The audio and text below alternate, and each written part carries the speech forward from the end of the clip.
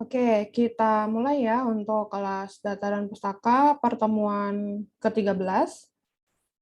Untuk pertemuan hari ini kita bahas tentang ekstraksi artikel ilmiah dan telaah literatur sederhana atau mini literatur review yang kebetulan juga merupakan tugas kelompok yang akan kalian kumpulkan nanti ya ketika UAS 14 Januari terakhir. Oke, jadi nanti saya menjelaskan ini sekaligus mungkin contohnya akan saya kaitkan langsung dengan tugas kelompok kalian. Jadi bisa paham sebenarnya tugas mini literatur review itu seperti apa. Apakah hanya sebatas merangkum saja atau ada yang harus dilakukan yang lain selain dari merangkum 3 artikel yang diminta pada ketentuan tugas tersebut. Oke, saya buka dulu kelasnya. Assalamualaikum warahmatullahi wabarakatuh. Selamat siang semuanya. Waalaikumsalam warahmatullahi wabarakatuh. Oke, semoga semuanya dalam keadaan sehat. Saya isi dulu materi sampai 11.30, kemudian nanti silakan kalian mengerjakan kuisnya sampai jam 12, setengah jam ya, saya berikan waktu. Kemudian nanti jam 12 kita lanjutkan materi untuk hari ini. Oke, langsung saya mulai. Untuk kemampuan akhir yang diharapkan dari topik ke-13 hari ini adalah menafsirkan informasi dalam artikel ilmiah dan menyusun telaah literatur sederhana. Yang pertama, kita masuk dulu ke melakukan ekstraksi ilmiah dengan sintesis.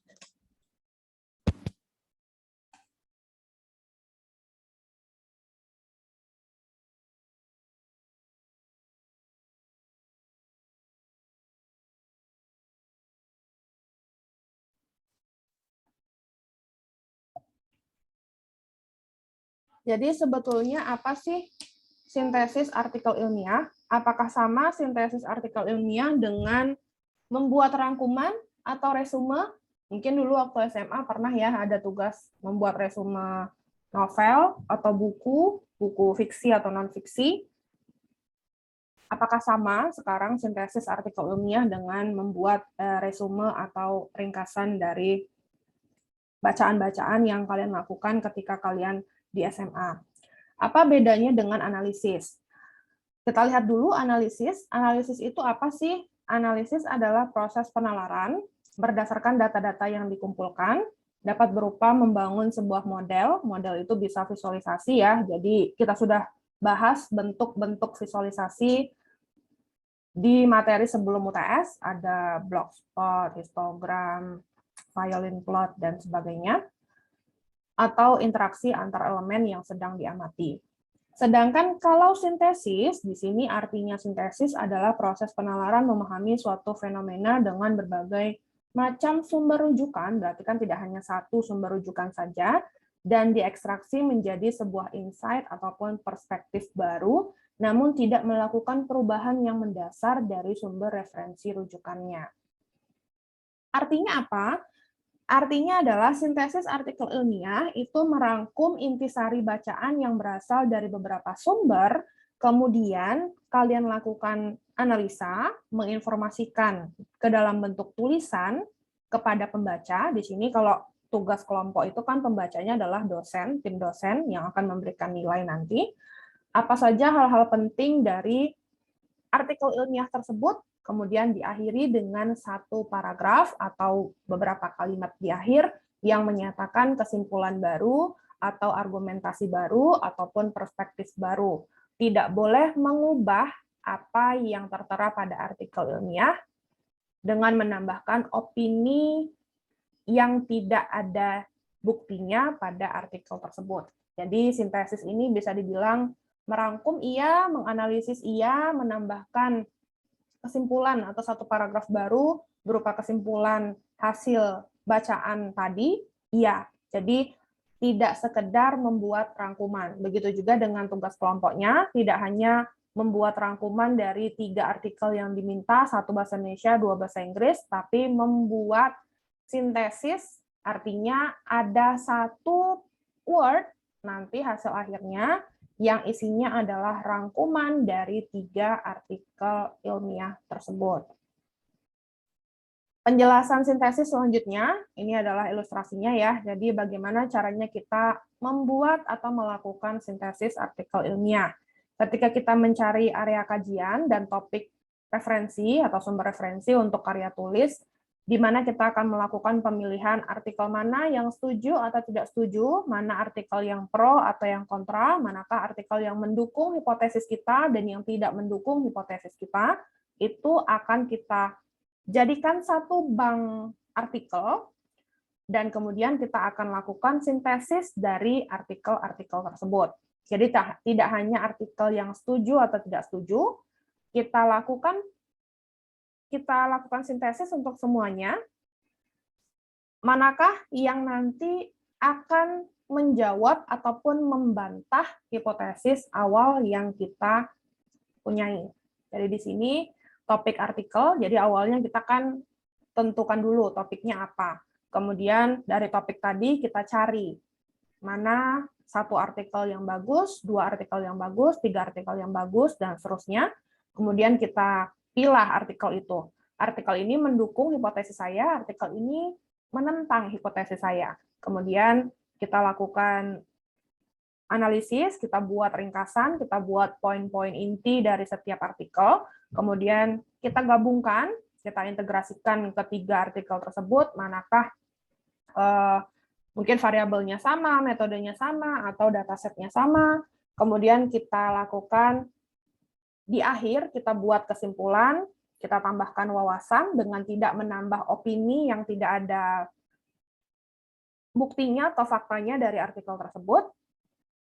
Ada diskusi atau telaah tentang 2 pendapat yang bertolak belakang, atau bisa yang menguatkan atau memberatkan. Itu bebas ya, tergantung dari topik dan artikel yang kalian miliki. Perhatikan bahwa sintesis tidak sama dengan ringkasan atau meringkas. Melakukan sintesis tidak sama dengan meringkas. Karena kalau ringkasan hanya menyatakan kembali informasi dalam satu atau lebih sumber tanpa memberikan wawasan baru atau mencapai kesimpulan baru. Tapi kalau mensintesis, artinya kita mengacu pada berbagai sumber untuk mencapai kesimpulan yang lebih luas. Artinya, dalam sintesis harus ada satu intisari atau ringkasan atau kesimpulan hasil dari telaah yang kita lakukan yang harus tertera pada hasil sintesis tersebut. Jadi tidak hanya meringkas, tapi juga mengambil pandangan atau perspektif terhadap apa yang sudah kalian baca tersebut atau yang sudah kalian pelajari ya dari artikel-artikel tersebut. Untuk jenis sintesis, yang pertama adalah sintesis deskriptif. Deskriptif ini adalah penjelasan, artinya sintesisnya itu dilakukan untuk memberikan penjelasan dengan menyatukan sumber-sumber ilmiah untuk menjelaskan perspektif dan alasan di balik hal tersebut dilakukan. Misalnya, sintesis yang menjelaskan kenapa terjadi banjir di kota Jakarta dan mengapa berbeda dengan banjir di kota lainnya. Kalau kalian punya pemikiran, oh ternyata mungkin desain atau tata letak kota Jakarta itu mungkin tidak bagus, atau selokannya tidak ada karena sudah dibangun bangunan-bangunan yang sebegitu banyaknya, misalnya seperti itu. Nah, untuk sintesis deskriptif akan membantu untuk menemukan jawaban berdasarkan perspektif atau penelitian yang dilakukan oleh peneliti-peneliti yang memang fokus untuk menjelaskan masalah banjir, baik itu di Jakarta maupun di kota-kota lainnya, yang mengaitkan mungkin ada di dalam penjelasan atau bagian discussion dari artikel tersebut yang mengcompare dengan banjir yang ada di Jakarta. Itu adalah sintesis deskriptif. Kemudian kalau sintesis argumentatif, ini agak berbeda dengan deskriptif. Namanya saja argumentatif, artinya sintesis tersebut menjelaskan beberapa sumber ilmiah secara bersama-sama. Jadi ada beberapa sumber ilmiah untuk membuat satu argumen baru atau satu kesimpulan baru dari beberapa sumber ilmiah tersebut. Misalnya, sintesis yang memberikan bagaimana penyebaran COVID-19 melalui droplet atau airborne, kemudian terdapat kesimpulan baru bahwa partikel droplet tersebut ternyata dapat menjadi lebih kecil dan bertahan lebih lama di udara atau airborne dengan kondisi tertentu. Berbeda ya. argumentatif dengan deskriptif. Kemudian cara melakukan pengelompokan sumber ilmiah untuk sintesis. Jadi ada caranya untuk kita membuat kelompok dari sumber ilmiah yang nantinya akan kita gunakan untuk sintesis. Untuk tugas kelompok kalian itu kan menggunakan artikel atau jurnal ya. Jadi pengelompokan sumber ilmiah di sini adalah jurnal artikel yang kalian dapatkan dari berbagai publisher-publisher ternama baik di Indonesia maupun di internasional. Yang pertama caranya adalah kita mulai dengan mengelompokkan sumber menurut topik dan mencari hubungan antar artikel yang satu dengan artikel yang lainnya. Jadi, kalau kita sudah tahu topiknya apa, berdasarkan hasil diskusi kalian, nanti mungkin dengan kelompoknya, dengan anggota kelompoknya, kemudian kalian cari artikel yang cocok atau yang relate dengan topik yang kalian angkat tersebut. Kemudian yang kedua, menentukan premis dan mempunyai pendapat atau argumentasi dan gagasan. Jadi ketika kalian mengangkat topik, ya, kalian sudah punya pemikiran kalian sendiri sebelum kalian membaca artikel atau jurnal tersebut. Jadi apakah kalian itu pro atau kontra atau setuju atau masih ragu-ragu atau masih itu ya berada di tengah-tengah gitu. Jadi variabelnya mungkin masih belum tahu harus memihak kemana. Itu yang penting sudah ada hipotesis yang bisa kalian keluarkan. Jadi kan hipotesis itu tidak mesti harus mendukung satu pemikiran atau satu pendapat atau satu penelitian, tapi juga bisa jika seperti ini, maka kemungkinan akan seperti ini, seperti itu. Jadi ada pemikiran yang kalian miliki. Misalnya, jika kita memiliki pendapat pro dan kontra untuk mendorong makan dengan gizi sehat dan seimbang pada anak-anak, di sini kita diharapkan memisahkan sumber artikel ilmiah untuk menemukan mana yang pendapat ilmiah yang setuju satu sama lain dan mana yang tidak setuju. Jadi, kalian punya topiknya adalah gizi sehat dan seimbang pada anak-anak. Kemudian kalian cari artikelnya yang mendukung ataupun yang tidak mendukung terhadap gizi sehat dan seimbang pada anak-anak. Kemudian kalian juga sudah punya hipotesis. Saya setuju atau kami setuju, kelompok kami setuju bahwa orang tua mungkin berperan dalam mendorong anak-anaknya mendapatkan gizi sehat dan seimbang. Kemudian nanti akan kita bandingkan dengan artikel yang kalian jadikan sebagai rujukan atau referensi tersebut. Kemudian setelah itu, setelah memiliki gagasan yang baik tentang apa yang dikatakan sumber-sumber tadi, kita diharapkan membuat paragraf baru dengan cara mengakui sumber yang berbeda dan menyoroti, membuat catatan penting dan menarik kesimpulan baru. Jadi setelah kita mengeksplorasi isi dari artikel-artikel ilmiah tadi, kita membuat satu statement, tidak harus dalam bentuk paragraf ya, boleh dalam bentuk 2-3 kalimat, 1 kalimat juga sudah cukup kalau sudah bisa mengendingkan semua makna penting dari artikel-artikel yang menjadi rujukan tersebut, sudah cukup juga, jadi tidak harus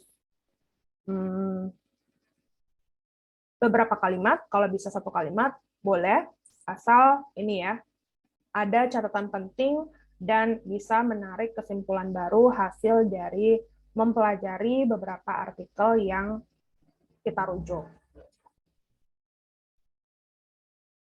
Syarat melanjutkan sintesis, ada beberapa hal yang perlu diingat. Yang pertama adalah jangan memaksakan hubungan antar sumber ilmiah jika tidak ada, tidak semua sumber ilmiah harus kita lengkapi. Nah, di sini yang penting untuk diingat adalah tidak boleh memaksakan di sini maksudnya yang tidak ada hubungan itu tiba-tiba kalian buat hubungannya. Itu tidak boleh, karena kita melakukan sintesis bukan melakukan modifikasi terhadap artikel-artikel tersebut. Beda ya, sintesis dengan modifikasi. Jadi, apa yang tertera, kalian cantumkan. Apa yang tidak tertera, tidak perlu ditambah-tambahkan, tidak perlu dibumbui. Yang kedua, lakukan pemilahan untuk menyoroti hubungan antar sumber dengan cara yang jelas. Jadi, Kalau misalnya memang ada hubungan, maka bisa menyoroti hubungan tersebut, apakah berdampak atau tidak berdampak terhadap topik yang diangkat oleh penelitian itu. Kalau ternyata berdampak, dan itu merupakan kekuatan dari penelitian tersebut, dari hasil penelitian tersebut, maka itu bisa menjadi satu poin penting atau key point atau poin kunci untuk artikel tersebut. Kemudian yang ketiga, jangan abaikan outlier. Nah, ini akan berbeda dengan data outlier, data dan outlier. Mungkin sebelum UTS juga sudah pernah dibahas ya, data dan outlier, bagaimana penanganan data dan outlier. Penanganan untuk outlier itu untuk data, bisa saja dibuang untuk tidak mengganggu hasil dari pengolahan datanya. Tapi untuk sintesis, kalau misalnya oleh peneliti pertama outlier diikutkan, oleh peneliti kedua outlier tidak diikutkan. Maka untuk sintesis, outlier ini tetap diikutkan di dalam proses sintesis yang kita lakukan. Jadi tidak boleh diabaikan. Kenapa? Karena bisa saja outlier ini akan menjadi pijakan untuk melakukan penelitian berikutnya. Jadi dengan adanya outlier ini ternyata akan mengubah hasil dari penelitian yang saat ini sudah dipublikasikan oleh peneliti-peneliti tersebut. Jadi sebetulnya untuk literatur review ini atau sintesis ini adalah mengawali untuk kita mendapatkan ide atau inovasi penelitian berikutnya. Jadi sebetulnya tidak hanya sekedar kebetulan untuk di data dan pustaka ini kan dalam bentuk tugas. Tugasnya apa? Membuat mini literatur review. Ada 3 artikel, kalian buat sintesisnya, kalian buat menjadi satu Word atau PDF yang sudah hasil sintesis, kemudian kalian kumpulkan. Padahal sebenarnya jalannya adalah ketika kita melakukan sintesis ini, kita membaca berbagai penelitian yang dilakukan yang berkaitan dengan research interest kita atau penelitian yang kita tertarik di sana untuk kita lakukan penelitian, kenapa bisa seperti ini, kenapa seperti ini. Kemudian kita melakukan sintesis akan mendapatkan ide ataupun inovasi dari kita membaca beberapa artikel tersebut. Kemudian dari proses sintesis kita lanjut ke membuat atau menuliskan bagian literatur review-nya ke dalam bentuk tulisan, karena di jurnal, seperti yang sudah saya sampaikan sebelumnya, di pertemuan sebelumnya, itu di jurnal kan ada ya bab 2 setelah introduction itu yang bagian khusus untuk bagian literatur review. Maka di sana bisa kita tuliskan hasil dari sintesis artikel ilmiah yang sudah kita lakukan. Nah, kemudian setelah kita selesai melakukan sintesis dan literatur review, maka penelitian selanjutnya akan bisa kita dapatkan ide untuk kita jalankan. Jadi kita menjalankan penelitian itu balik lagi ke pertemuan pertama sampai pertemuan 7 sebelum UTS. Dengan cara visualisasi, dengan cara datanya harus dibeginikan, kemudian tendensi sentral, dan sebagainya. Kira-kira alurnya itu sebetulnya begitu. Jadi sintesis ini adalah langkah pertama yang bisa kita lakukan untuk mendapatkan ide. Idenya bagaimana? Apa sih yang sudah dilakukan oleh peneliti-peneliti yang memiliki keterkaitan atau minat yang sama dengan kita? Sudah sejauh mana penelitiannya, dan kita bisa melanjutkan di mananya. Nah, itu yang akan kalian lakukan. Mungkin yang jelas adalah ketika menyelesaikan tugas akhir ya.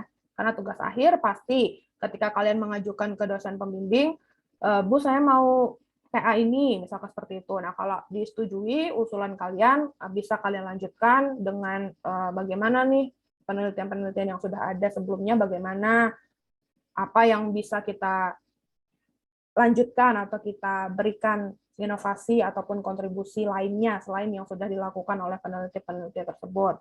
Tapi kalau misalnya tidak diajukan oleh pembimbing, kamu mengerjakan ini saja, maka kalian biasanya akan diminta untuk mempelajari penelitian-penelitian dosen pembimbing kalian tersebut sebelumnya, atau anak-anak bimbingan sebelumnya yang jatuhnya adalah kakak tingkat kalian, seperti itu. Jadi alurnya adalah sintesis ini yang pertama kali dilakukan ketika kita melakukan penelitian.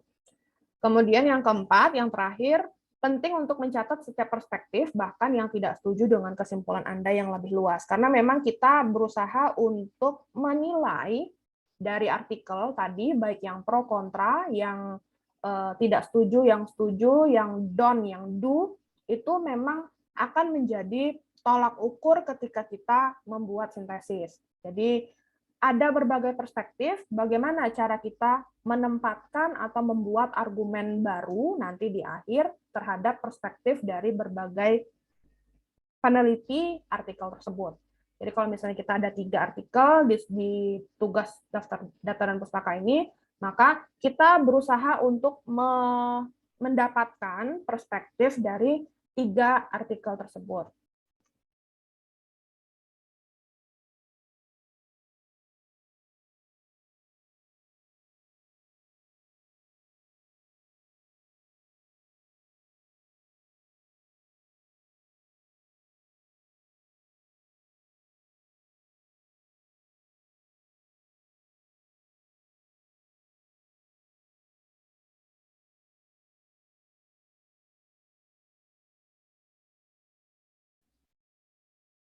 Oke, untuk contoh sintesis, yang pertama adalah contoh sintesis yang tidak tepat. Jadi silahkan kalian baca kenapa satu paragraf ini mulai dari orang tua sampai makan yang sehat ini tidak tepat. Karena alasannya adalah paragraf itu dimulai dari satu ide. Jadi ide di sini adalah orang tua selalu berusaha mencari cara untuk mendorong pola makan sehat pada anak-anak mereka. Kemudian setelah ide pertama itu di-state atau dituliskan, ternyata koherensi atau korelasi dari satu kalimat pertama dengan kalimat berikutnya itu tidak ada. Bukan membandingkan sumbernya, si pembuat sintesis ini hanya menjelaskan isinya. Jadi tidak fokus terhadap apa pro kontra terhadap pendorong pola makan sehat pada anak-anak yang dilakukan oleh orang tua. Jadi paragraf sintesis yang ini itu tidak fokus dan akhirnya tidak memiliki ending yang seharusnya dituliskan untuk sintesis atau topik mendorong pola makan sehat pada anak-anak tersebut. Jadi kesimpulan yang diambil juga tidak didasari oleh penjelasan yang tepat. Karena kalau kita baca di sini orang tua berusaha mencari cara untuk mendorong pola makan sehat pada anak-anak mereka, di akhir adalah terlepas dari kenyataan bahwa diet telah ada selama lebih dari 150 tahun, orang tua seharusnya tidak boleh berdiet karena dapat memberikan pemahaman yang keliru kepada anak-anak tentang pola makan yang sehat. Jadi tidak ada korelasinya antara kalimat pertama, ide yang dikemukakan pertama dengan kesimpulan yang diambil di akhir. Sedangkan untuk contoh kedua, nih orang tua selalu berusaha mencari cara untuk mendorong makan sehat pada anak-anak mereka. Endingnya adalah dengan mengikuti beberapa ide ini, orang tua dapat membantu anak-anak mereka mengembangkan kebiasaan makan yang sehat sambil tetap menjaga kepositifan tubuh. Di sini, penulis sudah menempatkan sumber yang berbeda dalam percakapan satu sama lain, jadi antara kalimat pertama dengan kalimat kedua dengan kalimat ketiga dengan kalimat selanjutnya sudah ada korelasinya, sudah ada kesinambungannya. Daripada hanya menjelaskan isi sumber secara berurutan, penulis sudah menggunakan transisi seperti mirip, kemiripan, selain itu bertentangan, kalau kontra kan kata-katanya seperti itu, ya mirip-mirip dengan kata hubung yang ada di dalam bahasa Indonesia maupun dalam bahasa Inggris yang dibahasa Indonesiakan. Dan membuat hubungan antara sumber menjadi jelas, terbukti dengan kalimat terakhirnya, dari topik utama yang diangkat pada kalimat pertama, diakhiri dengan mengikuti beberapa ide ini, orang tua dapat membantu anak-anak mereka mengembangkan kebiasaan makan yang sehat sambil tetap menjaga kepositifan tubuh. Jadi tidak seperti contoh pertama yang kita ingin fokusnya apa, kemudian larinya kemana, endingnya tambah tidak jelas lagi. Kenapa? Mengungkit diet sudah lebih dari 150 tahun, orang tua boleh berdiet karena dapat memberikan pemahaman yang keliru kepada anak-anak tentang pola makan yang sehat. Tidak boleh berdiet. Mohon maaf ya, kelupaan tidaknya.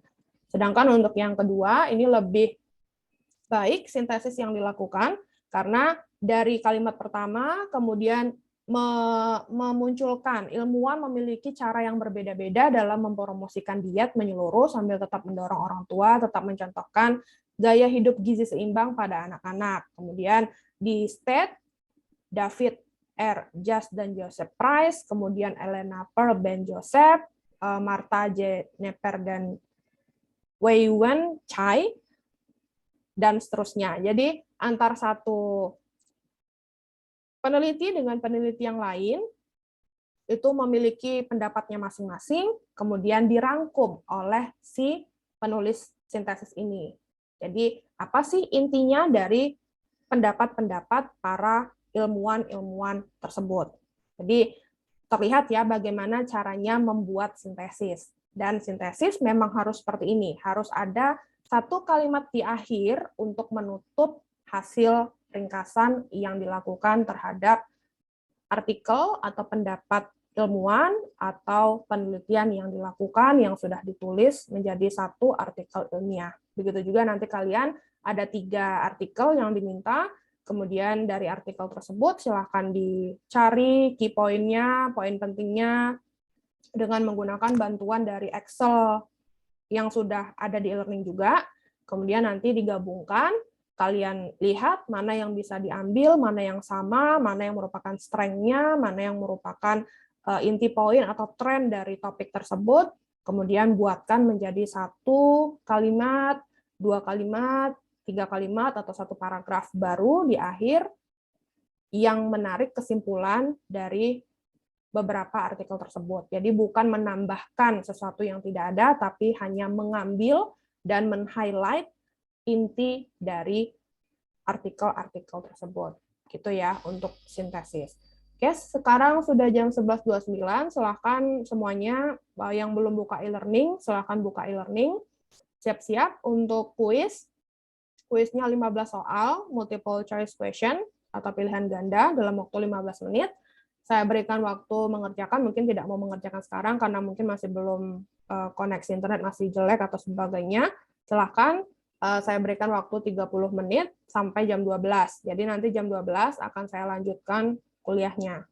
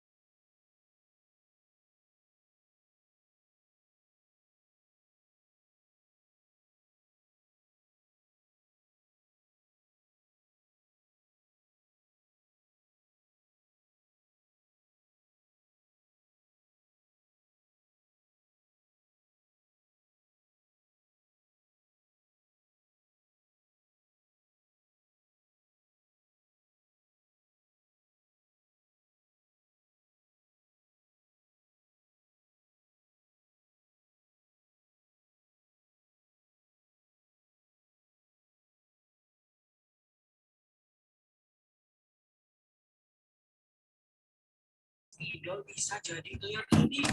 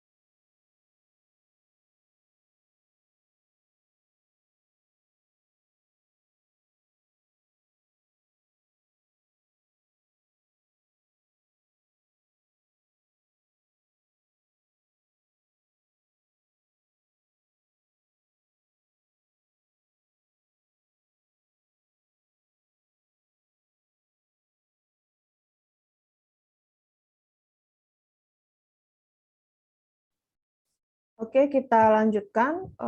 Sudah 2 jam 12 lewat 1 menit ya. Jadi sudah selesai kuisnya. Untuk yang mungkin di kelas ini ada temannya yang nggak hadir, nggak bisa ikut kuis, ditunggu saja jadwal kuis susulannya kapan. Jadi belum ada info dari tim pengampu dosen data dan pustaka kapan untuk kuis susulannya. Untuk yang belum mengikuti kuis. Jadi ditunggu saja informasinya. Kemudian kita lanjutkan untuk sumber acuan, melakukan sintesis ilmiah yang menjadi prioritas sesuai urutan. Jadi nomor 1 adalah yang biasanya digunakan, jadi sudah tidak diragukan lagi ya kalau sintesis ilmiah, pasti yang pertama dari jurnal ilmiah berkala atau peer review jurnal. Bagaimana caranya mendapatkan jurnal juga sudah pernah dibahas di pertemuan sebelumnya. Kemudian yang kedua, buku teks atau bunga rampai atau handbook. Buku teks di sini boleh buku ajar, e-book kalian masing-masing di prodi berdasarkan bidang jurusannya, atau buku referensi. Kemudian yang ketiga, ada artikel yang dipublikasikan di media massa yang bereputasi, itu juga bisa digunakan untuk membuat sintesis ilmiah. Kemudian yang keempat, laporan teknis atau working paper atau laporan penelitian, baik itu skripsi, tesis, ataupun disertasi. Kemudian yang kelima, proceeding seminar atau konferensi ilmiah, karena memang sebenarnya proceeding seminar atau konferensi ilmiah ini kan sama modelnya dengan jurnal ilmiah berkala, cuma novelty-nya memang tidak sebanyak jurnal ilmiah, dan ada batasan halaman juga. Oleh sebab itu, di prioritas sumber acuan untuk sintesis ilmiah, proceeding ini tidak di awal ya letaknya, jadi sudah di posisi kelima. Kemudian yang terakhir ada korespondensi personal, misalnya via email, SMS, atau surat, yang keakuratan atau kredibilitas informasinya itu bisa dibuktikan dengan bukti pendukung. Karena memang sifatnya korespondensi ini kan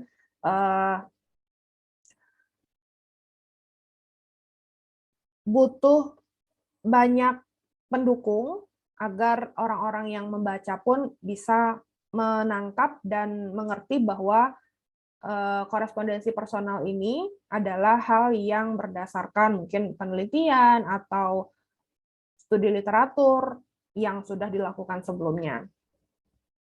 Kemudian kita masuk yang selanjutnya untuk hari ini adalah telaah literatur sederhana atau mini literatur review. Telaah literatur atau tinjauan pustaka, biasanya disebut juga tinjauan pustaka, adalah salah satu langkah terpenting dalam proses ilmiah. Tujuan utama dari telaah literatur atau tinjauan pustaka adalah untuk menyampaikan tentang pengetahuan dan juga ide-ide yang telah ditetapkan pada topik penelitian tertentu. Jadi, intinya kita melakukan telaah literatur atau tinjauan pustaka adalah untuk menuliskan rangkuman dari beberapa penelitian yang sudah ada sebelumnya, yang fokusnya itu sama dengan topik yang kita ingin lanjutkan penelitiannya atau yang akan kita teliti berikutnya. Kemudian, tinjauan literatur merupakan tugas yang melelahkan, tetapi penting jika proses karya tulis ilmiah ingin berhasil dan sahih sesuai dengan bukti dan fakta. Kenapa di sini disebut tugas yang melelahkan? Karena memang kalau kita membuat literatur review, itu memang harus sekritis mungkin. Oleh sebab itu, ada satu jurnal yang mungkin pernah kalian dengar adalah jurnalnya itu jurnal review. Itu adalah ujung dari literatur review. Jadi kalau telaah literatur ini dibuatkan menjadi satu artikel, maka akan menjadi artikel review tersebut. Jadi memang tidak mudah ya, karena harus membandingkan dari berbagai macam sumber, kemudian melakukan analisis, melakukan komparasi, kemudian mengambil kesimpulan.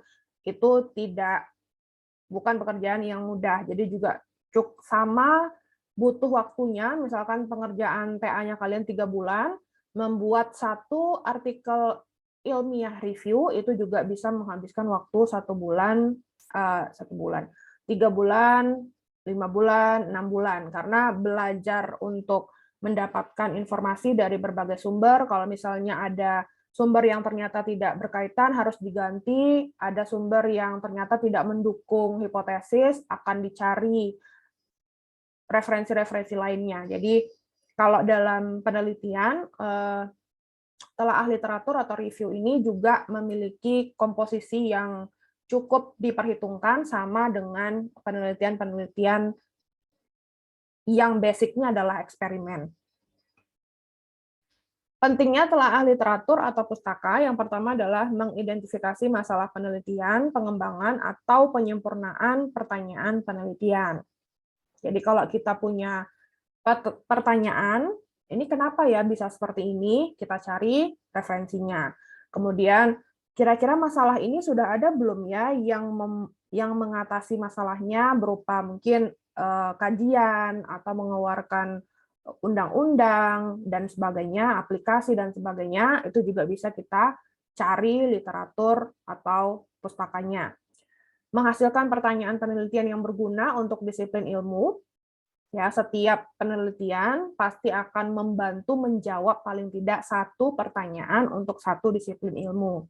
Karena kan tidak mungkin ada penelitian, hasil penelitian kalau misalnya tidak ada permasalahan.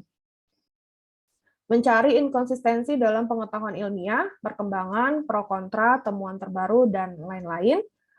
Menemukan pertanyaan baru yang belum terjawab tentang subjek, konsep, atau masalah dalam ilmu pengetahuan. Untuk mereplikasi penelitian sebelumnya dalam metode ataupun desain penelitian yang berbeda, atau ukuran sampel yang berbeda, atau populasi penelitian yang berbeda. Nah, di sini pentingnya telaah literatur atau tinjauan pustaka, itu kenapa di sini disebutkan untuk mereplikasi penelitian sebelumnya. Karena penelitian itu memang tidak serumit yang dikira, jadi saya mau melakukan penelitian. Penelitiannya harus yang bagaimana. Nah, kadang-kadang kan kita mengiranya itu penelitian itu terlalu rumit dari awal sampai akhir. Padahal sebetulnya kan tidak. Misalnya ketika kita membaca satu artikel atau dua artikel atau tiga artikel, kemudian kita menemukan korelasi antar ketiga artikel itu, kemudian kita menduplikasi langkah-langkah yang sudah digunakan oleh ketiga artikel itu dengan metode yang berbeda, itu sudah suatu kontribusi. Ukuran sampelnya berbeda, mungkin kalian mengambil sampelnya itu di lembaga X, padahal peneliti sebelumnya mengambil dari lembaga Y. Maka itu juga sudah merupakan suatu kontribusi, yaitu sampelnya berbeda. Lingkungan pengambilan observasinya juga berbeda, populasinya juga berbeda, atau metodologinya berbeda. Nah, biasanya kan yang menjadi sasaran oleh peneliti itu adalah metode. Jadi bermainnya di metode. Datanya sama, metodenya berbeda. Bagaimana hasilnya? Nanti ada matriks untuk membanding antara metode yang satu dengan metode yang lainnya. Dan begitu juga dengan tugas akhir atau skripsi. Jadi skripsi pun ketika nanti kalian meneruskan tugas akhirnya ke tingkat kalian mungkin, nah itu bisa jadi diminta oleh dosen pembimbingnya, coba pakai data ini, kemudian coba menggunakan metode ini. Bagaimana hasilnya? Bandingkan dengan punyanya ini, misalkan seperti itu. Nah, itu sudah merupakan satu kontribusi, dan itu sudah cukup untuk tingkat level penelitian yang dasar. Kemudian yang terakhir adalah identifikasi kerangka teoritis atau konseptual yang relevan untuk masalah penelitian tertentu. Karena memang ya, kalau telaah atau literatur kata kajian pustaka ini, memang ujung-ujungnya kan kita belajar mengenai teori atau konsepnya. Karena kan kalau kita membaca artikel, kan kita tidak bisa melihat bagaimana eksperimen itu secara langsung, kita hanya bisa melihat bagaimana data yang digunakan, jumlahnya berapa, kemudian datanya itu bagaimana, kemudian metode yang dipakai apa, bagaimana hasilnya. Hanya dalam bentuk kata-kata ataupun tulisan yang tersaji pada artikel itu. Yang lebih kita bisa ambil adalah mungkin poin-poin penting yang berupa konsepnya itu bagaimana sih dia menjalankan penelitiannya, desain penelitiannya itu bagaimana. Kemudian kalau saya terapkan desain yang seperti itu dengan studi kasus yang berbeda, bagaimana hasilnya. Yang seperti itu juga merupakan kenapa sih literatur atau tinjauan pustaka itu menjadi penting untuk dilakukan sebelum kita melakukan penelitian itu sendiri. Tahapan untuk menyusun telaah literatur sederhana atau mini literatur ada 5, annotated bibliography, thematic organization, more reading, write individual section, dan integration section. Untuk annotated bibliografi, tahap pertama yang harus dilakukan oleh peneliti adalah menentukan topik dari research question yang akan ditelaah. Sama seperti gambar pada slide awal tadi, yaitu topiknya dulu. Apa topik yang akan dibahas atau yang akan diangkat, atau apa topik yang kalian tertarik untuk mengetahui asal-usulnya, atau sudah sampai mana pengembangan ini dilakukan oleh peneliti-peneliti lain, dan seterusnya. Kemudian peneliti mulai mencari berbagai sumber referensi dan membaca berbagai macam sumber referensi rujukan tersebut yang relate dengan topik yang telah ditentukan dan menuliskan ringkasan atau catatan atau ekstraksi dari hasil yang dibaca. Jadi sudah dapat topik, kemudian mencari berbagai artikel referensi yang mendukung, ya, yang mendukung itu maksudnya yang relate dengan topik tersebut, baik itu yang pro maupun yang kontra itu tidak jadi masalah, karena nanti perbandingan untuk pro dan kontra itu terjadi ketika sintesis sudah dilakukan. Kalau ini kan hanya mencari sumber rujukan, kemudian kita rangkum atau kita buat ringkasan dari rujukan-rujukan tersebut, sehingga akan terlihat mana sih poin penting dari setiap artikel tersebut. Kemudian, hasil membaca semua literatur rujukan akan diberi tanda pada poin pin kunci yang saling terkait. Nah, ini tadi ya juga sudah dijelaskan di awal, di depan. Setelah kita selesai membuat ringkasan, kemudian kita lihat manakah yang berkaitan antara satu artikel dengan artikel yang lainnya. Di metodenya kah, di datanya kah, atau di bagaimana studi desainnya, atau bagaimana lingkungan tempat penelitian itu terjadi, dan sebagainya. Itu adalah poin pin kunci yang saling terkait dari artikel-artikel yang sedang kita lakukan sintesis tersebut. Menelaah sumber referensi akan dibutuhkan setelah pemberian tanda pada poin-poin kunci untuk mengembangkan kedetailan sumber referensi. Kemudian, ini adalah contoh dari bagaimana mengekstraksi literatur. Ini adalah tabel Excel yang sudah ada di e-learning masing-masing. Untuk yang sudah melihat, mungkin sudah tahu. Untuk yang belum, silahkan di-download Excel-nya di tugas kelompok mini literatur review. Jadi untuk annotated bibliografi itu ada metadata artikel, latar belakang studi, metodologi, dan pembahasan. Untuk metadata artikel, ini ada penulis dan tahun. Jadi penulis artikel itu siapa, tahun terbitnya berapa, kemudian latar belakang studi, problem penelitian, pertanyaan penelitian, hipotesis penelitian, cakupan penelitian, itu ada pada bagian atau bab 1, introduction pada artikel atau jurnal ilmiah yang kalian gunakan. Kemudian metodologi ada pada bagian metode dan experimental result, metode dan result pada artikel ilmiah. Meliputi desain penelitian, karakteristik sampel, variabel yang diteliti dan pengukurannya, teknik analisis data, temuan penelitian. Kemudian pembahasan ada pada bagian discussion pada artikel atau jurnal ilmiah tersebut, inkonsistensi dan limitasi. Semua poin-poin ini harus diisi berdasarkan artikel atau jurnal ilmiah yang kalian pegang atau yang kalian gunakan. Tidak boleh menambahkan sesuatu yang tidak ada atau tidak tercantum pada artikel tersebut. Jadi harus memahami betul-betul isi dari artikel tersebut. Problemnya apa, hipotesisnya apa, cakupan penelitiannya apa, teknik analisis datanya seperti apa, inkonsistensi pada penelitian itu bagaimana, dan seterusnya. Kalau misalnya memang tidak kalian temukan, artinya tidak ada. Tapi biasanya tidak dituliskan, misalkan the research question is, tidak seperti itu ya. Jadi kadang-kadang tidak terstate langsung, tapi harus kita baca dulu untuk mengetahui, oh ini adalah pertanyaan penelitian utamanya dari jurnal ini. Jadi harus betul-betul dipahami. Jadi memang tidak sekedar membuat rangkuman, tapi juga memahami isi dari artikel itu secara keseluruhan. Kemudian ini adalah contohnya, contoh dari satu artikel, Alvarez Benjumea, Normative Change and Culture of Head, dan seterusnya. Jadi ini adalah hasil dari ekstraksi artikel ilmiah, ya kita membuat rangkuman, ringkasan, ya dari artikel ilmiah ini, mulai dari metadata artikel sampai dengan pembahasan. Nah, untuk tugasnya kan itu ada 3 artikel, 1 bahasa Indonesia, 2 bahasa Inggris, itu buatlah annotated bibliografi dalam bentuk Excel ini dalam 1 bahasa saja. Kalau kalian pilih bahasa Indonesia, maka buat seluruhnya dalam bahasa Indonesia. Kalau pilih bahasa Inggris, buat seluruhnya dalam bahasa Inggris, tidak boleh di-mix. Jadi tidak ada yang menuliskan ekstraksi atau ringkasan artikel ilmiah ini bahasanya mix. Jadi separuh bahasa Indonesia, separuh bahasa Inggris. Tidak konsisten ya. Jadi putuskan 1 bahasa, bahasa Inggris atau bahasa Indonesia, itu seterusnya untuk semua 1 tabel ini untuk 1 artikel. Kemudian ini juga sama ya modelnya seperti ini. Jadi ini ada artikel lain, gadget addiction. Caranya untuk membuat ekstraksi artikel ilmiahnya sama dengan contoh yang tertera ini. Kemudian yang kedua adalah thematic organization.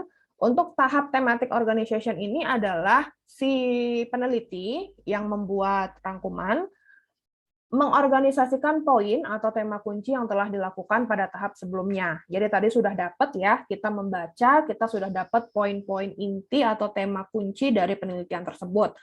Dapatnya dari mana? Dari Excel-nya ini. Jadi ini adalah poin kunci dari artikel tersebut. Inti-inti yang bisa diambil, yang bisa dipegang untuk 1 artikel. Kalau kita ada 3 artikel, maka ada 3 seperti ini untuk setiap artikelnya. Kemudian kita mengorganisasikan dalam tema yang saling berelasi, subtema atau subkategori. Misalkan dikelompokkan menurut ruang lingkup populasi penelitian yang sama, studi desain yang sama, variabel yang diteliti yang sama, atau yang lainnya. Jadi kan nanti akan terlihat dari 3 artikel ini, manakah yang kira-kira ada kesamaannya atau ada kemiripannya? Apakah sampelnya, apakah variabel yang digunakan, atau teknik analisis datanya, atau hipotesisnya, atau limitasinya, dan seterusnya. Jadi dengan adanya tabel ini kan memudahkan. Kita tidak perlu lagi membuka PDF artikelnya yang jumlahnya lebih dari puluhan halaman. Dengan melihat ini kita bisa tahu, oh ini ada hubungannya dengan artikel kedua bagian karakteristik sampel. Ada hubungan dengan teknik analisis data untuk artikel yang ketiga, misalnya seperti itu. Jadi kita bisa membuat organisasi untuk artikel-artikel tersebut. Peneliti menyusun koherensi antar tema atau literatur menjadi lebih spesifik dan mempunyai kedekatan kesimpulan penelitian. Jadi intinya memang mendapatkan koherensi antar tema, antar satu literatur dengan literatur yang lainnya yang memiliki kedekatan yang cukup dekat ya, jadi bisa disatukan, di merge seperti itu, dan nanti bisa dijelaskan, menjelaskannya itu nanti dalam bentuk generalisasi dari 3 artikel tersebut. Jadi misalnya yang satu membahas X, Y, Z untuk artikel 1, artikel 2, artikel 3. Kemudian tata cara kita membahasakan, kalau misalnya tidak ingin dijelaskan satu persatu di mini literatur review-nya, kita bisa mengambil generalisasi dari 3 artikel tersebut. More reading ini kalau diperlukan, kalau tidak diperlukan, more reading ini bisa di-skip. Kenapa? Karena more reading ini artinya adalah ketika kita sudah mengorganisasikan, sudah kita buat menjadi subtema atau subkategori dari 3 artikel tadi, ini kita berbicara langsung dengan tugasnya kalian ya, walaupun sebetulnya literatur review itu tidak hanya 3 artikel, bahkan bisa sampai 5 artikel, 10 artikel, 15, tergantung kompleksitas dari penelitian tersebut. Pada saat mengorganisasikan, ditemukan kondisi kekurang detailan sumber informasi, misalkan artikel kedua ternyata kurang informasinya yang disajikan, terkesan banyak miss-nya, karena kan memang kualitas artikel ilmiah itu juga berbeda ya, tergantung dari publishernya. Semakin bagus publishernya, maka bisa dibilang artikel ilmiah itu akan semakin bagus penyajian oleh si penulisnya. Tapi kalau ya mungkin masih jurnal-jurnal baru seperti itu, nah itu mungkin akan banyak yang miss dari artikel tersebut. Sedangkan kita tidak boleh menambah apapun informasi kalau misalnya tidak tertera pada artikel tersebut. Maka salah satu caranya adalah mengganti literatur tersebut dengan yang lebih spesifik. Itulah yang dilakukan pada more reading. Jadi kalau ada yang mau diganti, silahkan diganti, cari yang lebih bagus.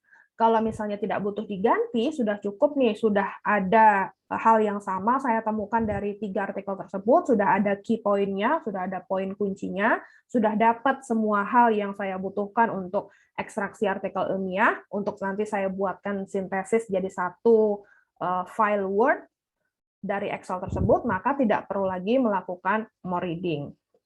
Write individual section, pada tahap ini peneliti mulai menulis hasil telaah pengelompokan yang sudah dilakukan dengan melakukan sintesa dari integrasi berbagai literatur tersebut. Jadi setelah kita organisasi, kalau misalnya ada pergantian literatur, silahkan diganti, kalau tidak kan akan kita lanjutkan prosesnya ke write individual section. Jadi melakukan sintesa dari integrasi berbagai literatur tersebut.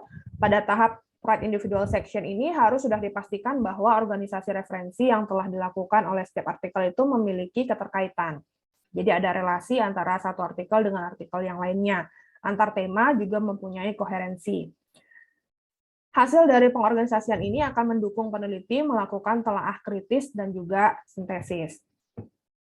Integration section, pada tahap ini namanya juga integration section, maka saatnya untuk mengintegrasikan seluruh proses-proses sebelumnya menjadi satu kesatuan. Jadi kita integrasikan tulisan yang sebelumnya dalam bentuk Excel, setelah ada individual section-nya, kemudian kita gabungkan menjadi satu tulisan yang utuh. Satu Word atau satu PDF yang isinya lengkap ya, ada introduction, body, dan conclusion. Serta menambahkan perspektif baru dari telaah peneliti hasil dari kajian keterkaitan antar tema kunci secara terintegrasi pada setiap referensi. Jadi ini sudah hampir closing ya, jadi kalau sudah integration section, maka sudah hampir selesai, tinggal memoles bagaimana introduction-nya, bagaimana body-nya, bagaimana conclusion-nya. Kemudian ditambahkan satu paragraf atau satu kalimat yang berisi kesimpulan atau argumentasi baru kita terhadap artikel-artikel tersebut.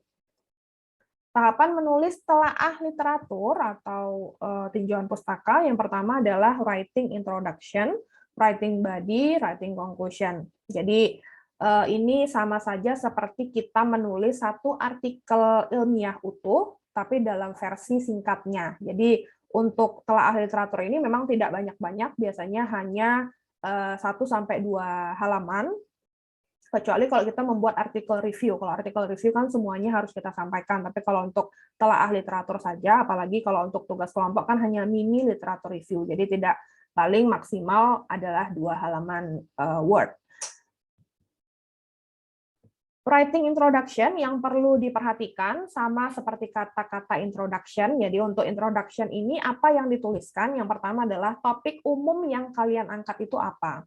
Kemudian setelah menuliskan topik umum, tunjukkan seluruh tren yang ada pada artikel-artikel yang menjadi pegangan kalian. Jadi apa sih trennya dari artikel pertama, apa sih trennya dari artikel kedua, apa sih trennya dari artikel ketiga. Kemudian kalian ambil kata-kata generalisasi dari ketiga tren tersebut untuk menjadi satu kalimat. Kemudian sudut pandang penulis bagaimana dari ketiga artikel tersebut. Kriteria variabel yang digunakan apa, tuliskan menjadi satu kalimat lainnya. Kemudian body, untuk intro boleh dijadikan satu paragraf, jadi satu paragraf tadi ada 3 kalimat, setidaknya mengandung topik umumnya apa, tren, kemudian sudut pandang penulis, bagaimana kriteria variabel, dan sebagainya. Kemudian paragraf kedua, kalau mau dibuatkan body, methods, extraction, synthesis, atau hasil ya, tuliskan juga satu paragraf dengan beberapa hal yang perlu dituliskan, seperti pengelompokan studi penelitian, kemudian ringkasan artikel sesuai dengan kepentingan yang tertera, yang ada signifikan pada penelitian tersebut. Jadi kan setiap penelitian pasti punya fokusnya masing-masing, signifikansinya masing-masing. Maka itu dituliskan pada bagian writing body untuk literatur review. Kemudian yang selanjutnya pada body, ada kalimat kuat di awal, seperti tadi contohnya ya, contoh sintesis yang tepat dan tidak tepat. Satu kalimat di awal itu yang menunjukkan kalau ini loh fokus atau metode yang menjadi kunci untuk penelitian ini. Dari 3 artikel itu, tiga artikel yang kita jadikan rujukan, ini adalah statement atau highlight yang akan kita kupas. Sebetulnya bagaimana sih pandangan atau pemikiran peneliti berdasarkan statement tersebut. Kemudian pada saat ending body juga state kembali. Jadi kalimat di awal tadi diulangi lagi atau dikuatkan lagi dengan tambahan-tambahan yang mendukung kalimat tersebut. Kemudian untuk conclusion, namanya juga kesimpulan. Yang pertama tentunya meringkas kontribusi utama dari studi tersebut atau penelitian tersebut. Tetap fokus, tidak boleh melebar, karena conclusion ini merangkum apa yang disampaikan pada introduction dan body. Jadi bukan lagi menambah sesuatu yang baru yang tidak ada sebelumnya pada intro dan body-nya. Kemudian conclusion bisa mengevaluasi, menunjukkan strength, kekuatan penelitian tersebut, kelebihan atau kelemahannya, kemudian penemuannya apa sih yang menjadi titik tumpu dari penelitian tersebut. Jadi temuan pentingnya itu apa, bisa dituliskan. Kemudian yang terakhir untuk conclusion, menyimpulkan dengan memberikan wawasan hubungan topik dengan literatur. Nah, ini hubungannya dengan yang dari tadi kita bilang, akhiri sintesis dengan memberikan kesimpulan atau argumen baru. Maka letaknya juga di conclusion. Boleh menjadi satu paragraf baru, boleh digabungkan dengan kalimat sebelumnya dalam satu paragraf conclusion. Jadi untuk intro, body, conclusion boleh menjadi 3 paragraf untuk literatur review. Cara lainnya boleh dengan menggunakan strategi telaah literatur review.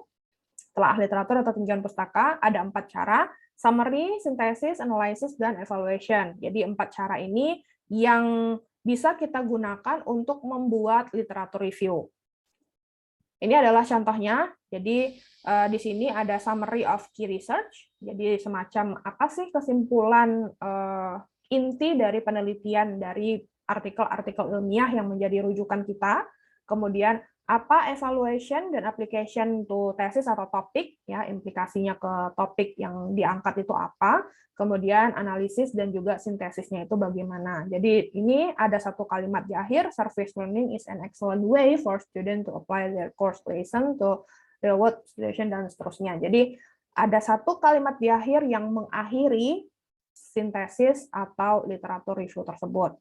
Di sini kebetulan memang tidak satu paragraf, ada satu, misalkan satu paragraf itu satu summary key research, yang kedua evaluation and application topic, yang ketiga analisis dan sintesis. Jadi ini memang dalam satu paragraf itu ada yang masuk ke paragraf berikutnya, itu juga tidak masalah. Jadi tergantung dari si peneliti atau yang membuat literatur review itu mau stylenya seperti apa.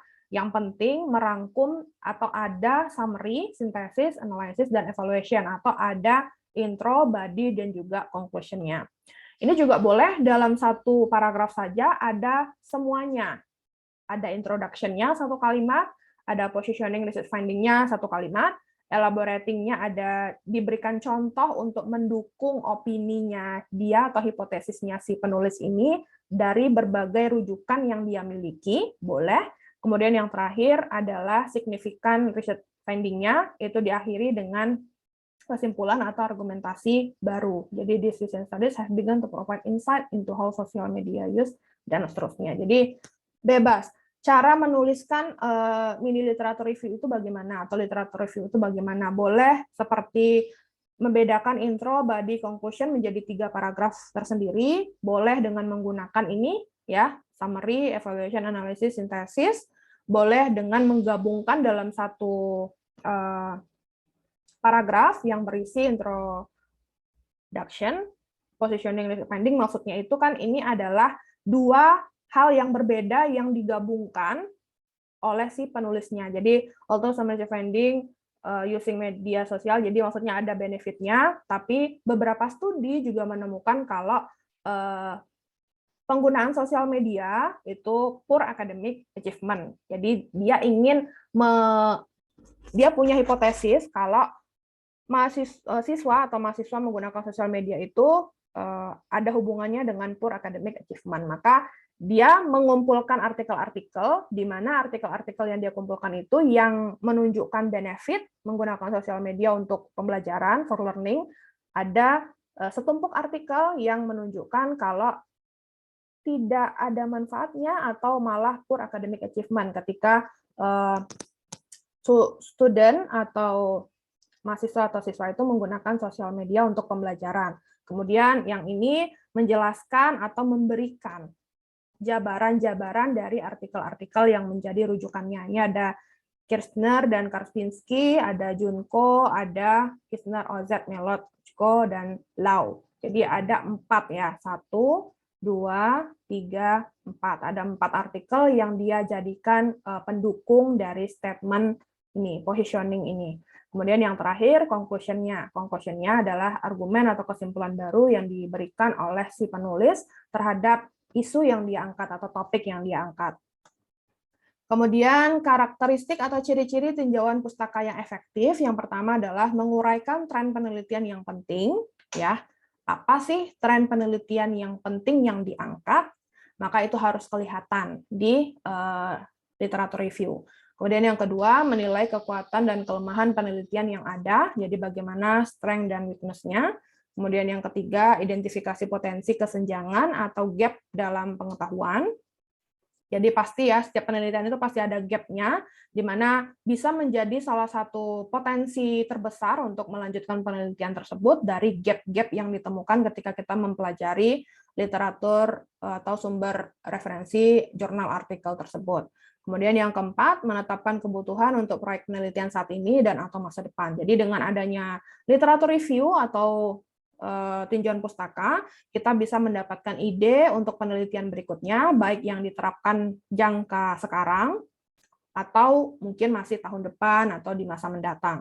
Jadi kan kelihatan ya bagaimana tren penelitian itu saat ini maupun di masa mendatang. Masa mendatang itu kan bisa tahun depan, 2 tahun berikutnya, dan seterusnya.